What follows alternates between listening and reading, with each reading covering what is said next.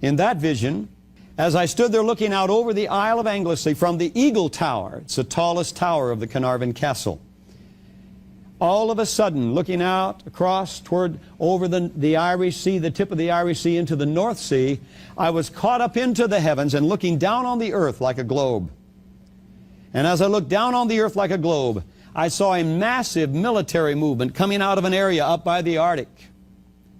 And I couldn't figure out what this was, what was going on, why a military, Navy, and Air Force, why it would be going out between the United States and Europe up above Finland, going out through the Icelandic Gap and heading down between the United States and Europe and making a curl all the way around the Horn of Africa towards the Persian Gulf. Now that's significant. When all of a sudden I was alarmed because of that. You would have been too. I looked over toward the United States and I saw something I had never seen in my life. I had never even preconceived the thought of it. I had always thought that the United States was wiser and more powerful than to allow Russian subs to be parked right almost on our beaches per se. What I mean by that is you could see the submarines down under the water, but there were areas that the sand still had drifted on down from the beaches into the depths. And the submarines were sitting there aimed at America. I saw them sprinkled all the way across the East Coast. When I saw that, my family at that time lived in Portland, Oregon. I was alarmed, of course, and I wanted to look over toward Portland to see what was going on. And as I looked across the continent of the United States of this globe, I saw the submarines from way up by Washington, the top of Washington, all the way down around towards San Diego, poised in the same way all the way along our coast in the north from the Pacific side. Then something else caught my attention. I began to see radio towers going up all across the nation. And these radio towers, as they went up, the dotted lines began going out as though they were transmitting. And then there was an alarm went off in me. They're sounding the alarm. We're going to be under attack. The siege is laid. When all of a sudden I was watching these radio dots going out like the transmitting of a warning, and instead of the people being warned, they sprinkled to the ground like dust. And an alarm went off in me, and I cried out in the heavens, and I said, "Oh God, they won't even know what hit them." And at that time, all of a sudden, I looked down on the eastern seaboard at the submarine was drawn to that one right off from New York City. And I saw the missile come right out of that submarine and go right up and come right over the city of New York, and the entire city disappeared.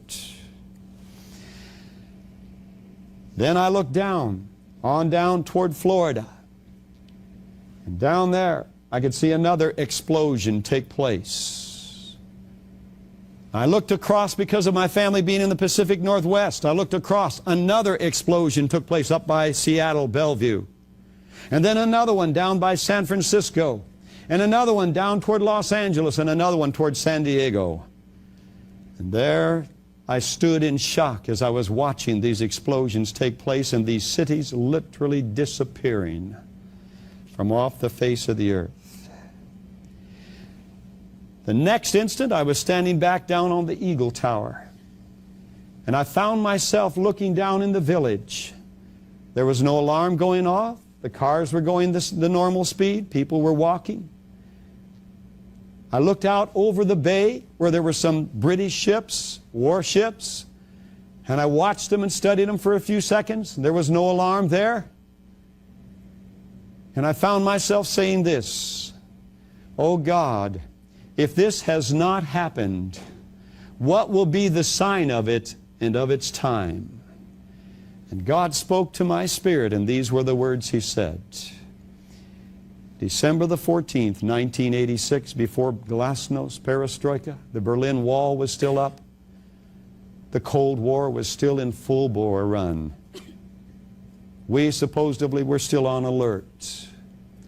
The words were spoken to me: when Russia opens her gates and lets the masses go, the free world will occupy themselves with transporting, housing, and caring for the masses. Will begin letting their weapons down, crying peace and safety. And that's when it will happen. Now, the question I submit to you is this: where are we on that scenario? Where are we in that prophetic timetable? Is that vision being fulfilled before our eyes? Are we seeing it literally take place?